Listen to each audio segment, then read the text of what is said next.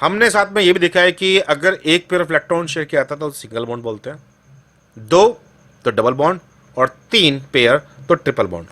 जैसे कि nitrogen nitrogen के बीच में ये ट्रिपल बॉन्ड है, ऑक्सीजन कार्बन के बीच में जो है डबल बॉन्ड है, CO2 की बात करूं तो, वरना कार्बन ऑक्सीजन के बीच में सिंगल बॉन्ड भी हो सकता है, जैसे कि हम COH वाली कहानी में देखते हैं। और हमने पानी के अंदर सिंगल बॉन्ड के एग्जाम्पल देखे थे। हमें पहचानने आने चाहिए। इसके अलावा कोवेलेंट बॉन्ड का एक छुपा हुआ एग्जाम्पल और भी है। देखो, अभी तक हमने कहा कि नंबर ऑफ शेयर्ड इलेक्ट्रॉन्स के बेस पर सिंगल डबल ट्रिपल, पोलरिटी के बेस पर पोलर नॉन पोलर, और एक कोऑर्डिनेट बॉन्ड भी अवेलेबल है। कोऑर्डिनेट बॉन्ड में जो वो लोन पेयर ऑफ इलेक्ट्रॉन थे, याद है मैंने कहा था ना हल्के मत लेना, ये बहुत बड़ा रोल प्ले करेंगे। केवल जो एटम्स के पास लोन पेयर ऑफ इलेक्ट्रॉन है वही कोऑर्डिनेट बॉन्ड बना सकते हैं। बायोलॉजी में ऑक्सीजन और नाइट्रोजन, इनको हम ज्यादा ये काम करते हुए देखेंगे। जनरली होता क्या है कि एक एटम के पास अनशेयर्ड इलेक्ट्रॉन नहीं है, उसके दो इलेक्ट्रॉन कम है, और दूसरा एटम जो है इसके पास अपने इलेक्ट्रॉन है जो भी कर रहा है वो, और उसके पास अपना एक लोन पेयर ऑफ इलेक्ट्रॉन है अकेला, जो किसी से शेयरिंग में नहीं है इन्वॉल्व। तो ये एग्जैक्टली पूरा का पूरा इलेक्ट्रॉन का पेयर उससे शेयर करवा सकता है। तो इसमें ए ने कंट्रीब्यूट किया दोनों इलेक्ट्रॉन और बी ने कंट्रीब्यूट किया कुछ भी नहीं। तो सिंबलाइज जो करेंगे इस इंट्रैक्शन को हम लोग हमेशा ऐसे करेंगे, A to B। एरो का हिस्सा जो टेल है वो डोनर एटम की तरफ रहेगी, और एरो का हेड ये रिसीवर की तरफ रहेगा। तो यहां बैलेंसिंग नहीं है, दोनों शेयर इलेक्ट्रॉन एक ही एटम के, इसलिए ये वाला बॉन्ड बहुत कॉमनली आपको देखने को नहीं मिलता, जैसे carbon carbon carbon hydrogen, biology की बात कर रहा हूं मैं। लेकिन इसका मतलब ये बेकार है, हम ये बात नहीं कर रहे, ये बहुत बहुत बहुत क्रूशियल है।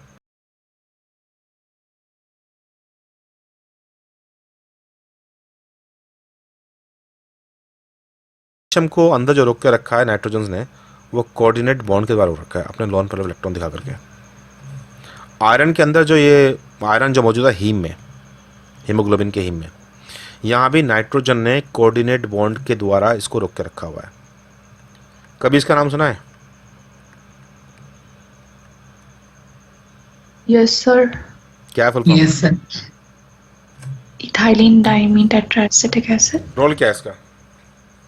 मैग्नीशियम आयन से बाइंड करते थे डीएनएज एंड ऑल की एक्टिविटी को इनहिबिट करने के लिए, चिलेटिंग एजेंट। मैंने ये नहीं पूछा करता क्या है, ठीक है। बेसिकली जब हम पूछते हैं कि रोल क्या है उसका, तो हम उसकी एक प्रॉपर्टी की बात कर रहे होते हैं, जो प्रॉपर्टी की वजह से वो कई तरह काम कर सकता है। तो बाइंड करता जो है। आंसर है इसका, जो लास्ट में वर्ड बोला हुआ है चिलेटिंग एजेंट। कभी भी इंफॉर्मेशन को उल्टी मत मारो कि एग्जामिनर का तुम ये कहना चाह रहे हो कि भाई छांट लो इसमें से आंसर कौन सा है। आंसर हमेशा सटीक होना चाहिए, सटीक, चपाट की तरह, धड़ाम से, मतलब झटके से लगे, आलतू फालतू नहीं, सीधा पॉइंट टू द पॉइंट, मजा आ जाएंगे, नंबर सीधे मिल जाते हैं। तो जी ईडीटी का काम है चिलेटिंग एजेंट के रूप में। जब कभी आपने ब्लड दिया अपना कभी टेस्ट कराने के लिए, तो कभी नोटिस किया कि जो ब्लड की वायल होती है उनके अलग अलग कलर की कैप लगी होती है उनके ऊपर? कभी खून दिया आज तक? Yes sir. Yes sir. तो उसमें किस तरह की वायल में खून लिया? कप में लिया उन्होंने, बाल्टी में लिया खून? बॉटल। पर्पल कलर की, रेड कलर की, येलो कलर की, ग्रीन कलर की, कई सारी अलग अलग कैप वाली वायल्स होती हैं। कल वाले लेक्चर में मैं ऐड कर दूंगा उसका फोटो। इसमें से जो पर्पल कलर वाली है उसमें ईडीटीए की कोटिंग रहती है अंदर। जैसे ही खून को निकालते हैं, खून की एक प्रॉपर्टी है, खून निकलते ही जमना शुरू आता है, क्लॉटिंग। और क्लॉटिंग करने में पोटेशियम आयंस का बड़ा रोल है। तो जैसे ही आप ईडीटीए डालते हो, मतलब ईडीटीए की टेस्ट ट्यूब के अंदर आपने खून डाला, तो ईडीटीए सारा पोटेशियम ग्रैब कर लेगा, पोटेशियम भी कैल्शियम भी खून में से। तो खून जो है आपका जम नहीं पाएगा। इसलिए ईडीटीए वायल्स के अंदर या हेपरिन वायल्स के अंदर लिक्विड ब्लड लिक्विड ही रहता है। होमवर्क है आपका, ईडीटीए का डायग्राम चाहिए मुझे, ठीक है, और मुझे क्लोटिंग इनहिबिटर्स के नाम चाहिए जिन्हें हम रूटीन यूज में इस्तेमाल करते हैं। रूटीन यूज एक तो मैंने बोल दिया आपको, EDTA। मुझे इसके अलावा कम से कम 2 नाम और चाहिए। अब एक एंजाइम है, कार्बोक्सी पेप्टाइडेज ए, जैसे कि नाम बता रहा है पेप्टाइडेज है, मतलब पेप्टाइड के बॉन्ड कट करेगा। कार्बोक्सी है मतलब C टर्मिनस वाली साइड से। तो जब भी कोई पॉलीपेप्टाइड, आप जानते हो पॉलीपेप्टाइड की डायरेक्शन है N terminus to C terminus, तो ये C टर्मिनस यहां है इसका। तो ये एंजाइम C टर्मिनस के जो अमीनो एसिड है उसे कट करके बाहर निकाल देता है। तो जो भी आपकी पेप्टाइड है वो एक अमीनो एसिड छोटी हो गई C टर्मिनस की तरफ से। ये किसी भी अमीनो एसिड को पहचाने कट कर सकता है, बशर्ते कि वो arginine, proline, lysine, hydroxy proline, aromatic या branched, arginine, proline, lysine, hydroxy proline ना हो। ज्यादा खुश हो काटता है अगर वो एरोमेटिक है या फिर ब्रांच्ड है। तो बहुत जर्नलाइज्ड पेप्टाइडेज है और इसको बड़े अच्छे तरीके से स्टडी किया गया इस एंजाइम को। ये कह लीजिए कि एंजाइम काम कैसे करते हैं, इसमें शुरुआती जो जानकारी अवेलेबल है उसमें carboxypeptidase A as a hero काम करता है, मॉडल। इस एंजाइम की एक्टिव साइट अगर मैं देखूं खोल करके, तो एक्टिव साइट पर कुछ खास अमीनो एसिड्स हैं, हिस्टिडीन, ग्लूटामीन, ग्लूटामिक एसिड। तो यहां नेगेटिव चार्ज वाले ग्रुप रखे हुए हैं ग्लूटामिक एसिड के। हिस्टिडीन का बेसिक रिंग अवेलेबल है और जिसमें नाइट्रोजन अवेलेबल था। हिस्टिडीन के ये नाइट्रोजन्स बीच में एक्टिव साइट में जिंक एटम को कोऑर्डिनेट बॉन्ड के द्वारा पकड़ के बैठे हुए, ये कोऑर्डिनेट बॉन्ड है।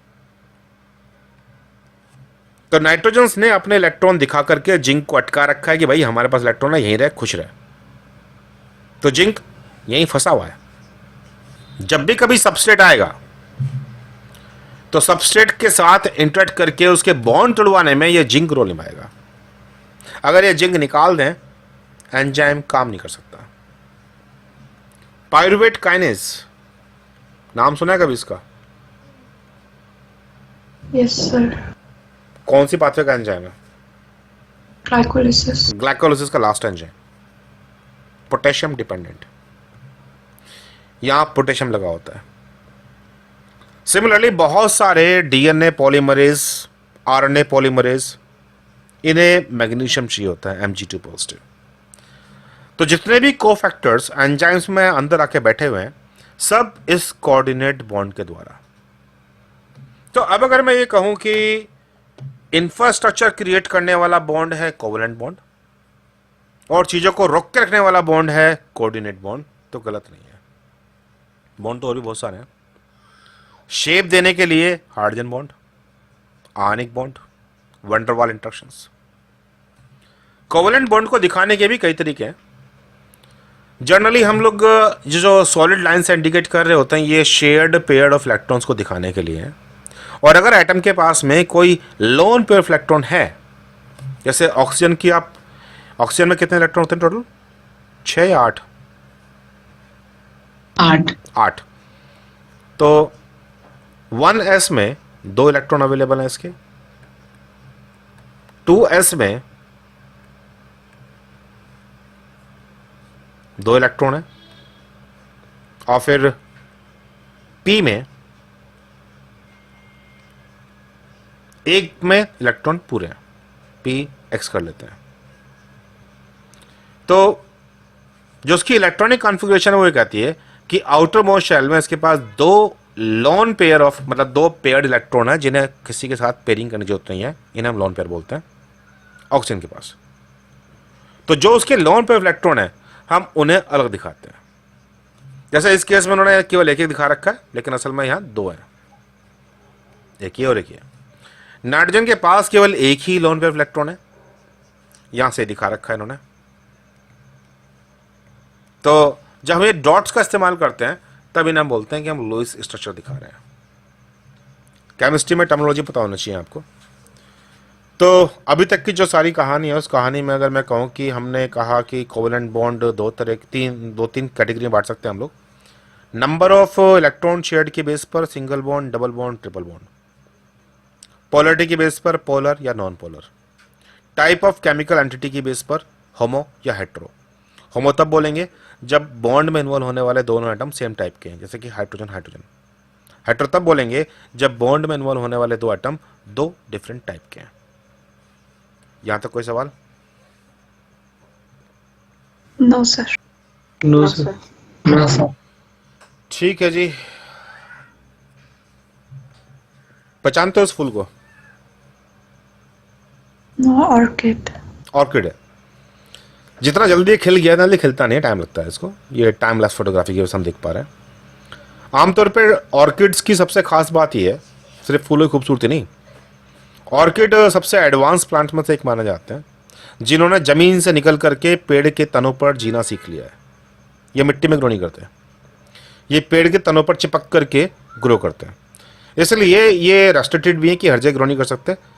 जहां हवा में इतनी नमी मौजूद हो, क्योंकि पानी लेने के लिए जड़ नीचे नहीं जा रही इनकी, हवा में से ही नमी सोखेंगे। तो अगर हवा में मॉइस्चर अवेलेबल है तो ये बढ़िया ग्रो करता है। सेलेक्टिव है, हर किसी पेड़ पे ग्रो नहीं करते। ऑर्किड की वैरायटी ऐसी है कि वो पर्टिकुलर टाइप के पेड़ पर ही ग्रो करना चाहती हैं। हिमालयन माउंटेन के जो लोअर वाली रेंज है, लगभग पूरे जहाँ जहाँ जंगल अवेलेबल है नदी के आसपास, वहाँ सब जगह आपको पेड़ों के तने पर ऑर्किड लगे मिल जाएंगे। जो हमारी 7 सिस्टर्स हैं, मणिपुर, मिजोरम वगैरह जो है ईस्टर्न स्टेट्स, वहाँ भी जितने भी नम मॉइस्ट एरिया वाले फॉरेस्ट हैं वहाँ आपको ऑर्किड देखने को मिलेंगे। केरल वगैरह भी ऐसा ही है। अब इस ऑर्किड का जो पेड़ है, उस पेड़ में जब फोटोसिंथेसिस करने की एबिलिटी है वो लीव्स में ही है। और जब हम लीव्स को निकाल के देखें तो हम पाएंगे कि उसके अंदर बहुत सारे क्लोरोप्लास्ट मूव कर रहे होते हैं साइक्लोसिस के द्वारा, और मेन फोटोसिंथेसिस करने की एबिलिटी इस क्लोरोप्लास्ट के अंदर है। और फिर यही क्लोरोप्लास्ट के अंदर जाएंगे हम तो हम पाएंगे कि अंदर मेम्ब्रेन के स्टैक्स हैं, और मेम्ब्रेन में बहुत सारे प्रोटीन्स लगे हुए हैं जो डिफरेंट तरह के रिएक्शंस कर रहे हैं। लाइट रिएक्शंस, डार्क रिएक्शन में रोल निभाते हैं, और यहीं पर क्लोरोफिल पाया जाता है। इस क्लोरोफिल के अंदर ये मैग्नीशियम ही था जो कोऑर्डिनेट बॉन्ड के द्वारा चिपका हुआ था। बाकी जितने भी आपको ये हार्ड लाइन दिखाई दे रही है इसके अंदर, सॉलिड लाइन है, ये सब के सब कोवेलेंट बॉन्ड है। कुछ जगह पर डबल दिखाई दे रहे हैं जहां 2 लाइनें, और अदरवाइज सिंगल। तो जो पूरा फंक्शन है किसी चीज का, वो फंक्शन इन्हीं सब बॉन्ड्स पर टिका हुआ है।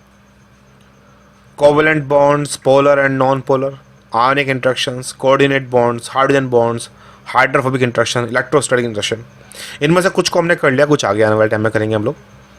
हीमोग्लोबिन की स्टोरी में भी जो ये बॉन्ड चिपके हुए हैं, इसके अंदर भी हमें ultimately covalent bond basic structure create करने के लिए, और कोऑर्डिनेट बॉन्ड आयरन को रोक कर रखने के लिए। जब हम लोग लिपिड की बायलर की बात करेंगे तो hydrophobic interaction between the 2 bilayers, proteins का इंटरेक्शन हाइड्रोफोबिसिटी की वजह से, प्रोटीन का इंटरेक्शन चार्ज की वजह से, जब हेड से बात करेंगे। और लिपिड के मॉलिक्यूल जो हेड्स आपस में इंटरेक्ट करते हैं उसमें भी आयनिक इंटरेक्शन इन्वॉल्व है। देन इलेक्ट्रॉन ट्रांसपोर्ट चेन में इलेक्ट्रॉन दिया, दूसरे ने लिया, इस सब कहानी के अंदर, और जो ये स्ट्रक्चर चिपके हुए हैं, यही कोवेलेंट, आयनिक, पोलर, यही सब इंटरेक्शन की वजह से ये चेन पॉसिबल हो पाती है। डीएनए के अंदर देख लो, कोवेलेंट बॉन्ड जहां बैकबोन बना रहे हैं तो hydrogen bonds double standard structure create कर रहे हैं, और इस हाइड्रोजन बॉन्ड की वजह से ही अल्टीमेटली आप जानते हो कि डीएनए को पढ़ सकते हैं हम। कार्बोहाइड्रेट्स की बात करें तो कार्बोहाइड्रेट्स में कोवेलेंट बॉन्ड है प्राइमरी स्ट्रक्चर बनाने के लिए। देन फर्दर और पैकेजिंग करने के लिए नॉन कोवेलेंट हाइड्रोजन बॉन्डिंग, जैसे कि सेलुलोज फाइबर जो होता है उसमें OH ग्रुप्स के बीच में हाइड्रोजन बॉन्डिंग होती है, तब जाकर के स्ट्रक्चर तैयार होता है। तो मतलब मोर और लेस सेल बिना इंटरेक्शन के नहीं चलेगी, और ये इंटरेक्शन है जिनके ऊपर सारी बायोलॉजी टिकी होगी। कोवेलेंट बॉन्ड्स अपनी पोलरिटी और नॉन पोलरिटी के लिए, सिंगल, डबल, ट्रिपल भी अपनी जगह, ionic interactions, coordinate bonds, hydrogen bonds, hydrophobic interactions. इसमें से कोवेलेंट बॉन्ड आमतौर पर इरिवर्सिबल होते हैं। कभी कोई आपसे बोले कि भैया एक मॉलिक्यूल दूसरे मॉलिक्यूल से चिपक करके फिर अलग हट गया बिना कुछ टूटे फूटे, तो कौन सा बॉन्ड नहीं होगा? आंसर है कोवेलेंट बॉन्ड। अगर कोवेलेंट बॉन्ड बना है तो टूटेगा तो नुकसान जरूर होगा, बिना नुकसान कर नहीं जाता वो। इसलिए जब भी कभी एंजाइम सबस्ट्रेट से इंटरेक्ट करेगा, आपका हाथ दूसरे के हाथ से मिलेगा, या फिर एंटीबॉडी एंटीजन चिपकेगा, या फिर सिग्नल मॉलिक्यूल रिसेप्टर से बाइंड करेगा, रिसेप्टर अडेप्टर से बाइंड करेगा, ये सब इंटरेक्शन रिवर्सिबल है। और इन सब इंटरेक्शंस में कमजोर फोर्सेस इन्वॉल्व है। सेल का एनवायरनमेंट पानी का एनवायरनमेंट है, तो यहां आयनिक इंटरेक्शन भी कमजोर है। Ionic interaction, hydrogen bonding, hydrogen interaction, ये हैं जो बेसिकली इन्वॉल्व होंगे। कोऑर्डिनेट बॉन्ड यहां इन्वॉल्व नहीं होने का। ये कोऑर्डिनेट बॉन्ड तो केवल वही इन्वॉल्व होगा जहां पर कोऑर्डिनेट बॉन्ड करने वाले एटम्स अवेलेबल होंगे, और वहां रोक के रखने वाली कहानी है। तो ये मैंने समराइज किया है आपको कि जो अभी तक हम कर चुके हैं और जो आगे आने वाला है, ये हमारी प्रोसेस की शुरुआत है। मेम्ब्रेन कैसे काम करती है, इलेक्ट्रॉन ट्रांसपोर्ट चैन कैसे चलता है, कार्बोहाइड्रेट्स कैसे असेंबल होते हैं, सेल वॉल की बात कर रहा हूं मैं, ब्लड में ऑक्सीजन ट्रांसपोर्ट कैसे होता है, डीएनए से आरएनए बनना, आरएनए से प्रोटीन बनना, इन सब कहानी में इन बॉन्ड्स का रोल है। ये कह लो कि ये बेसिक है। पहले ये समझोगे तब ये प्रोसेस समझ पाएंगे। तो आज हम लोग यहीं पर रुकेंगे, और इसके बाद वाले सेशन में हम लोग इस डायग्राम से आगे बढ़ेंगे। सेशन ओपन आप ही क्वेरी के लिए जो आप पूछना चाहो।